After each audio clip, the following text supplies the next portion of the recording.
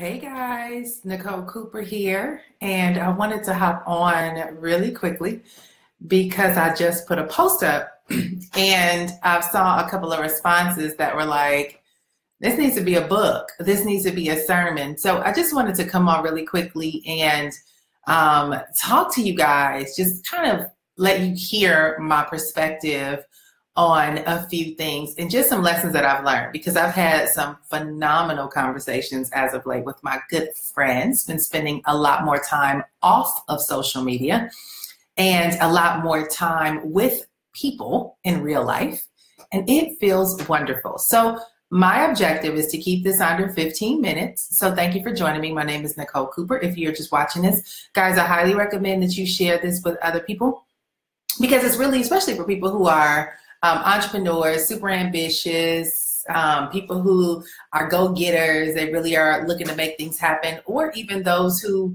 have done a lot in their lives and things are shifting and they might feel alone. They might feel like failures. They might feel like, they just might have a lot of regret or remorse or shame because of how their lives have panned out. So, hey, Ben. Hey, Simon. Good to see you. Sarah, Kevin. Hey, Colin, family. Hey, Shireen. So, guys, let me just kind of give you a brief little overview. So, I just hit 40. I hit 40 last year. And I am actually totally shocked by how my life and my perspective has shifted.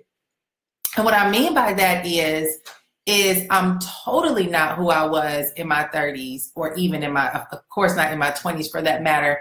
My life has changed. My perspective has changed. My ambitions have changed. And it just has blown me away how things have shifted in a totally different direction, where I just never thought that I would become this person, right? And what I mean by that is just one of my first lessons. All right, so I'm going to talk about 3 things that I've discovered about success and ambition in the last year that I wish I knew in my 20s and my 30s. Okay, so the first thing is that energy levels will change. Energy levels change, focuses change, priorities change. And so we have to know this or be prepared for this and plan accordingly, because guys, now that I've hit 40, and it's not even like I feel old or anything. I'm not trying to make it a big deal. I want to talk about it from a maturity standpoint. I just don't have the same drive or desire to grind or hustle like I used to in my 20s and my 30s. And I realized that although I had $1 million ambitions for all these years, it's to the point now where it's like no longer about the number, but it's about the ability to find that common ground, that what really brings me joy in the season of my life, right? Because when you're in your 20s and your 30s, you are chasing the dream. And guys, honestly, if you're in your 20s or your 30s and you're watching this, I highly recommend that whatever visions, goals, ambitions you have, go after with all your heart and run relentlessly. But here's the piece of advice as lesson number 1 that I want to share with you.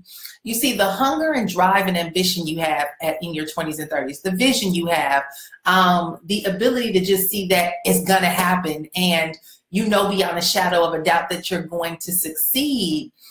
Take that and allow that to lead you to a place where you can build economic power, but be smart with your money, right? I think one of the biggest deceptions about success and entrepreneurship and ambition and even accomplishment, a lot of us might get into places where we're having a great deal of success. And unfortunately, when you are successful in that season, what happens is you tell yourself that this is going to always be how it's going to be. You're going to always be making this money, so you're good. So what happens is you spend more, you do more, you travel more, you buy more, you do all these things with the mindset that I'll be good. Like, I'm always going to be here because I made it. And you don't realize that your life will change. You know, seasons will change, your energy levels will change, and things will not always be that way financially. So what I've learned is when your energy is shifted, your focus is shifted, your priority is shifted, you want to have had something developed, planned, put aside in preparation for you to be okay with not grinding so hard and hustling so hard, so that you can give yourself the permission to take a back seat on some stuff. You know, I look at a lot of millennials now on Instagram. You know, you got these young girls out here, these young guys out here. I mean, these girls making a killing selling weave. And so we just was looking at Keisha Kaur. She's selling wigs for $475, $675, you know, making $30 million a year. You see all these young kids coming out here, and they just are doing the dang thing. And I'm like, God, I love it. But you know what? I look at them and I'm saying, I hope they understand that this might be good for a season, but you got to save for your future and plan for your future. You know, one of the things that I wish I did differently was I wish I would have driven the Accord earlier on versus the luxury vehicles, so that I could have been putting more money aside into more investments. You know, I was just having a conversation with a friend today, and I realized that your 20s and your 30s are for the ambition, but they're also for you to stack up your cash and put it in the right places to begin to produce the residual income, so that when you want to slow down, your income does not deteriorate, right? I think what happens is, somebody said, girl, you're so old. Hey, Aunt. But what happens, guys, is too many of us get complacent in that success story, and we feel like it's forever, and we do not do the right things with our money. Now, what I did, I saved my money, but I didn't invest it. So I was just sitting down this weekend. I was like, oh my God, I have made millions of dollars over the years, but why the heck was I not building a portfolio of rental properties where even if you're only making 200 off or 500 off this property and 600 off that property, it can accumulate, and you have enough to make you a $10,000 a month passive income or $20,000 a month passive income, right? Which is the things that I'm working on now. But it's like, think about those things and start making decisions for the long term and not just the short term. So my first lesson was, energy levels will change, your priorities will change, and your focus will change. So plan accordingly. Begin to think about those moments when you're at the pinnacle of your success, but put yourself in a position to maintain that success by taking whatever it is you accomplished and allowing it to go as an investment moving forward. Right? We don't think about foundation at all. So Sherman is like, yeah, amen, foundation first, make your money work. Guys, listen, I look at so many people now who want the Bentleys now. We want the 10,000 square foot houses now. We want to go out here and we want to get all the beautiful furniture. We want to make our houses look like a Pinterest or house project, right? But I realized too, the power of like living below your means. I have a young lady, you guys are going to hear a lot about her. I'm going to actually give her a huge shout out. I've been coaching her. She's one of my consulting clients. Her name is Chanel. And her and I sat down. Chanel's, I think, 26 years old. And one of the things that it blew me away about her, I think she's 23 or 26. I think she's 26 now. But she explained to me, she said, my parents taught me how to save my money and how to invest my money. She said by the time I was 23 years old, I think she had 100,000, over 6 figures saved in her bank account. She started buying her own investment property. The other day, she dropped 10 grand on some cryptocurrency, turned it into 30 grand. You know, she's 26. And I'm looking at her and I'm like, everything that I need to give you, you tell me what you need, because I'm gonna help you make sure that you are set up for your, you know, for when I get to my age. The girl understands the power of it. She said she learned to live off of 70% of her income. She took 10 for tithes, 10 for savings, and 10 for investments. So she learned how to invest early. And so many of us do not get those lessons. So anyway, even though we may not have been there, we did not learn that early. It's important for us to learn that now, even if we have to do things differently. I was telling my friend the other day, I'm like, you know what? I'm beginning to think differently now about what to cut back in my life to be able to have more income to invest. Because now in my 40s, I'm thinking about my 60s, right? I'm thinking about where do I want to be when I retire? And guys, y'all, look, this conversation is not sexy at all. A lot of us run away from it. It's boring. It's not appealing. It's not trendy. It's not those things. And that's fine. But what I will tell you is having a hard time for the rest of your life financially because we always overlook this piece of our journey is what will always put you in a position of desperation. I don't want to be there, right? But another thing that I learned, guys, is the power of delayed gratification. The power of delayed gratification. You know, the thing about success and ambition is most of us want to do things and we want to get the success and we want to get the results right away, right? So a lot of us, you know, you try a lot of different things, but if it doesn't pan out fast enough, you find yourself moving on to the next thing, moving on to the next thing, and moving on to the next thing, and moving on to the next thing. Well, let me share with you guys. Hey, Tan, what's up, girl? You guys go follow Tan Ackles Fit. She is a superstar real estate agent. Another one of my phenomenal clients, but she also is a beast at real estate investments. She's a beast as she's a phenomenal realtor, and she's also amazing at credit repair. So look up Tan Ackles Fitch, go follow her. She's a superstar. I told her she's my celebrity real estate agent. But the second thing, guys, is delayed gratification. You know, when I think about all my years earlier, I always wanted to do everything right now, right?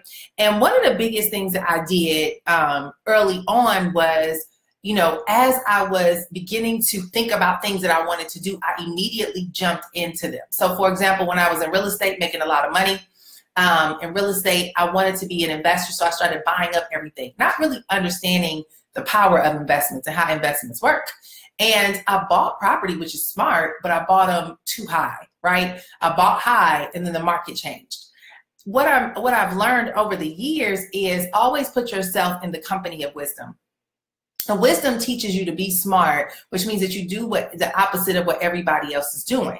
You begin to understand the things that, like a Warren Buffett teaches, where he says, buy when everybody else is selling, and then you sell when everybody else is buying, right? You know, you understand that conventional wisdom teaches you to be patient. And I think so many of us feel like, especially in our 20s and 30s, we feel like if we don't get it now, we're a failure. But as I'm now in my 40s, I'm like, I'm okay with process more. I'm okay with things taking time. I'm okay with building things up from the ground up and not being in a position of overnight success.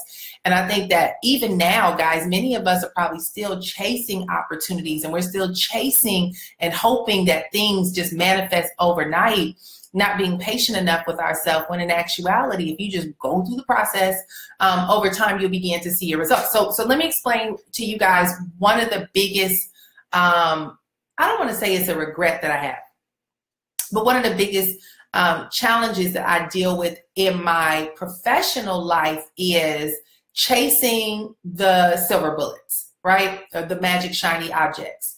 A lot of us see people doing things and they're having a tremendous level of success. And because they're having a tremendous level of success, we jump on the bandwagon, we do what they're doing, and you go from thing to thing to thing to thing to thing to the point where you're always a follower. You're always pursuing other people's path. You're always doing what other people are doing, and you don't quite develop your own journey and path of success. And so what happens is you're constantly hitting the reset button. Constantly hitting the reset button. And I know for me, I did that for years in different companies. Did I have success? Yes. But at the end of the day, was it building on long-term success? No. It was short-term gain that you knew would eventually come to an end. And even though you can make a boatload of money in it, I was not thinking long-term. So not necessarily thinking beyond that opportunity. And then you find yourself having to start over and over and over and over and over again, to the point where even now, some days I struggle like, man, what could I have done if I would have stuck with my path? You know, I'll share this with you guys. A lot of you guys know my background was network marketing. And a lot of people come to me with opportunities all the time. And most of us pursue opportunities because those kind of opportunities, because they talk about the money. Such and such is making such amount of income, and you can make this kind of income, and you would be so good, and you would do this and you would do that. And I had someone reach out to me recently about another opportunity. And I told him, I said, you know, I'll give you the respect. I'll take a look at it. But my gut is telling me, you know, I already know that I don't want to be in that industry, but I'm getting anxiety attacks at the thought of it. Why? Because it's so not in alignment with where it is that I want to go and what it is that I want to do. Most of us forfeit who we are, what we want, and where we want to go and what we want to do to follow the trends of what other people say is going to be your big win. And at the end of the day, guys, listen, money is not the determining factor for a win. And the reason why I say that is because you can make a hell of a lot of money right now and be broke tomorrow. And if you don't believe me, go look at a lot of people's track records out here who have done that. I mean, I've done it, right? You make millions of dollars and then a door shuts down and all of a sudden your income vanishes and it's like you never had anything.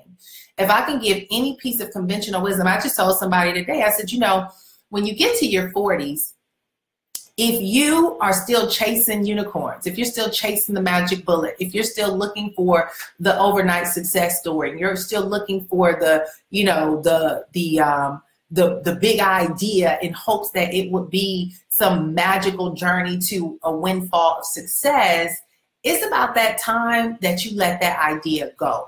That concept of doing nothing and making a hell of a lot of money.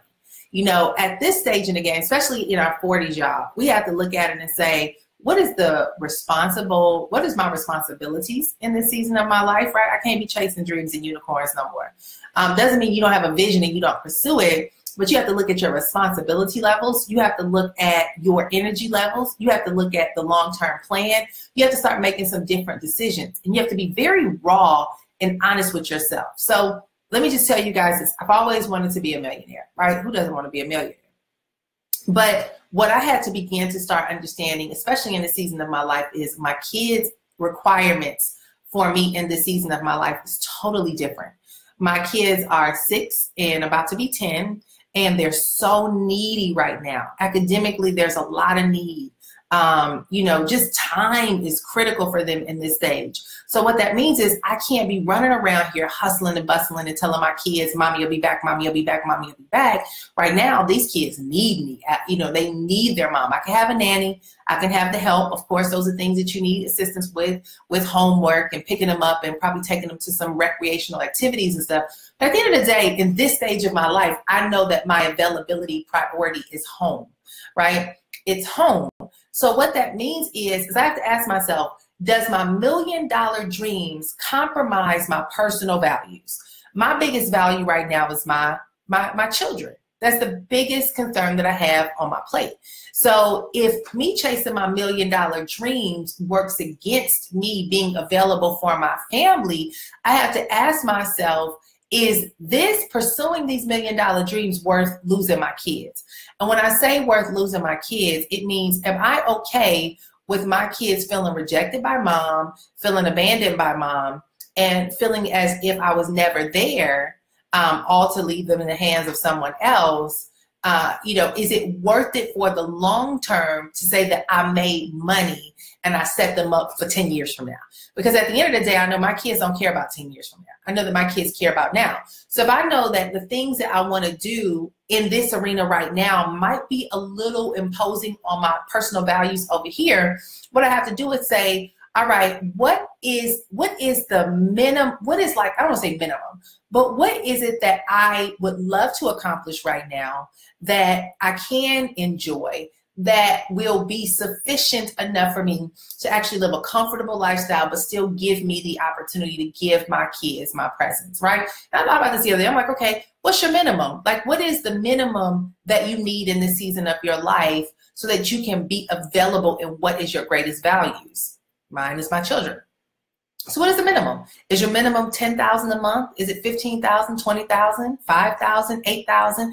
I think sometimes we get so stuck on other people's goals and ambitions or the trend of what we should want that we don't think about what's good enough for me, right? So I had to get to a point where I was like, okay, I'm good with this right now. Let me find the streams that will begin to give me this. I might pursue my $1 million goals and dreams in a couple more years.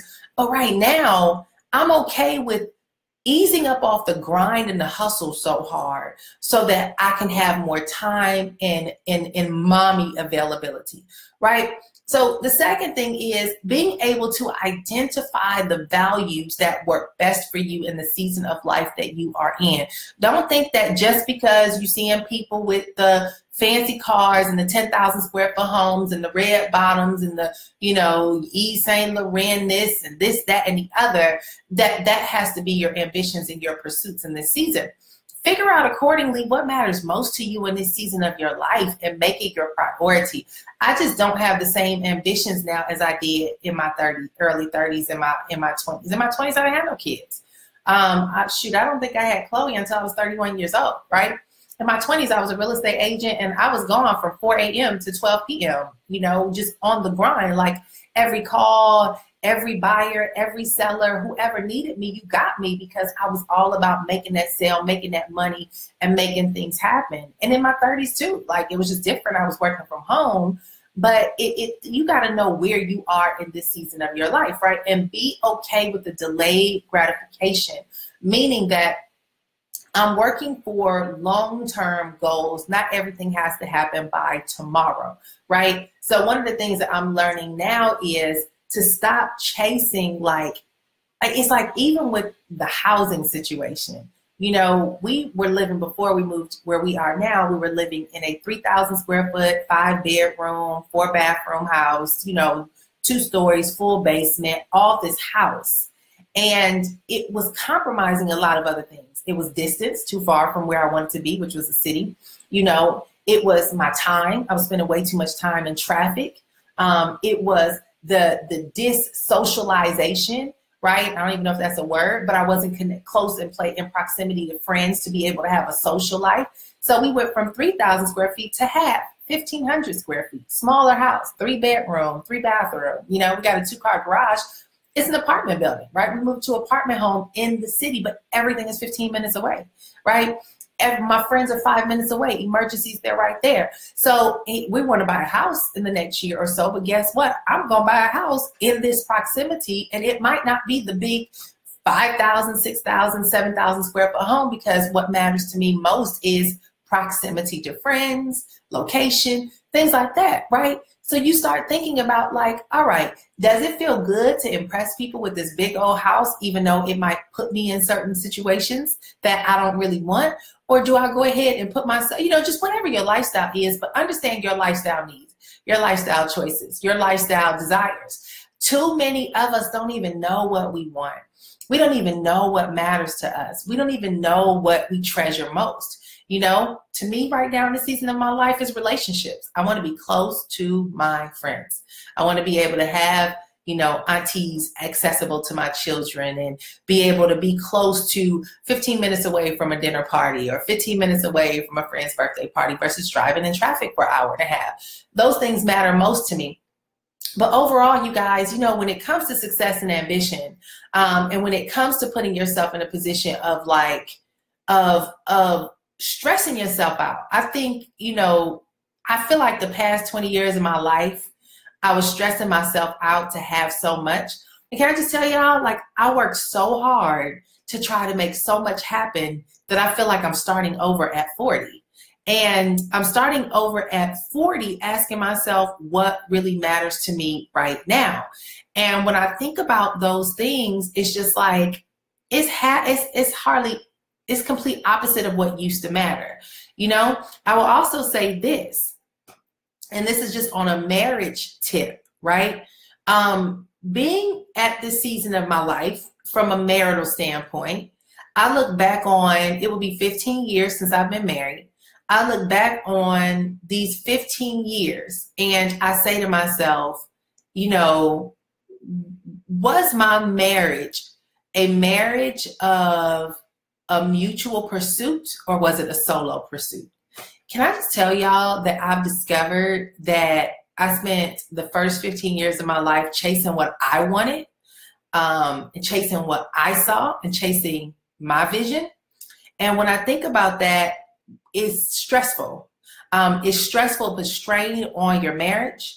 It puts strain on your relationships, if you're in one, right? And it puts you in a position where you have to start being honest with yourself and asking yourself, am I in this marriage with mutually beneficial commitments? And what I mean by that is am I pursuing something that we both want, or am I pursuing something that someone else is supporting, but they're not really invested in? Guys, listen, if you are in a marriage and it's one person doing the chasing and the other person is just supporting, I don't care how supportive they are, eventually it's going to create some major frustrations. It has to get to a point where you understand what y'all both want and what y'all both are committed to, or you end up in a position where you are doing the chasing by yourself. And you put yourself in a position where a lot of things are being compromised for the name of your pursuits and for your ambitions and for your success. And so I've just learned so much. Like, it's just this 40 year. I don't know, y'all, if y'all go through this. I don't know if anybody else in their 40s or hit 40 and you go through like this myriad of like reflections or just really kind of taking into consideration these things. But when it comes to money, when it comes to lifestyle, when it comes to marriage, when it comes to relationships, it's like my perspective is totally shifted, but there's so many things I wish I knew and understood at an earlier age. But what do you do if you did not know that, right? What you do now, guys, is that you begin to think forward for the next 20 years. Now I'm like, all right, where do I want to be 20 years from now? And what do I need to do differently? And what do I have to do to make that happen or manifest in my life in a different way? And so now, I didn't do it in my 20s and my 30s, but I'm willing to do it now in my 40s. I'm willing to scale back. I'm willing to compromise. I'm willing to sacrifice. I'm willing to invest more. I'm willing to deal with delayed gratification. I'm willing to suppress some of these big chases in the name of having a single focus. It's just so many things that are different. And so I'm just hoping this helps y'all. Like, I wrote down this post. You guys can go and see it, but I wanted to just highlight some things like, oh, it's just different. It's just totally, totally different. And I cannot believe how much I would say I've matured at this age, right? I matured at this simple 40-year-old stage, and how much I'm willing to do things differently moving forward. So I'm hoping this helps, but what have y'all learned in your journeys? Like, what are some key wise things that you feel will be beneficial if you can tell your younger self? One of the things that I am realizing about life and success is that it's not about you going through this journey and just doing it for yourself. It's the ability to go through this process and take what you've learned and instill it in your children and teach them about it so that they don't have to restart in the next generation. I think one of the biggest flaws, especially in the Black community that we deal with, is that every generation has to start from scratch. And not everybody, but the majority of us in our communities have to start from scratch. And what that does is it makes people go through this learning curve so much further out than they had to if we would have just instilled in them some of the lessons that we learned. So what are the things you can do differently? What are the things you can teach your kids? And what are the things that you can do to alter just their ability to not start from scratch moving forward? So there's a lot I want to talk about. I'm trying to be real generic, which probably sounds all over the place, but I'll be sharing some more, honey. Just read that post I put up. And I really want to talk to y'all about relationships. Like, oh my God, I've learned so much about that. So anyway, we'll talk about that on another note. I hope y'all have a great and awesome Sunday. I'm gonna hop off. But if this has helped you, just post a little message below. But y'all have a great and awesome Sunday evening. It's late, so we'll talk to y'all later. Bye.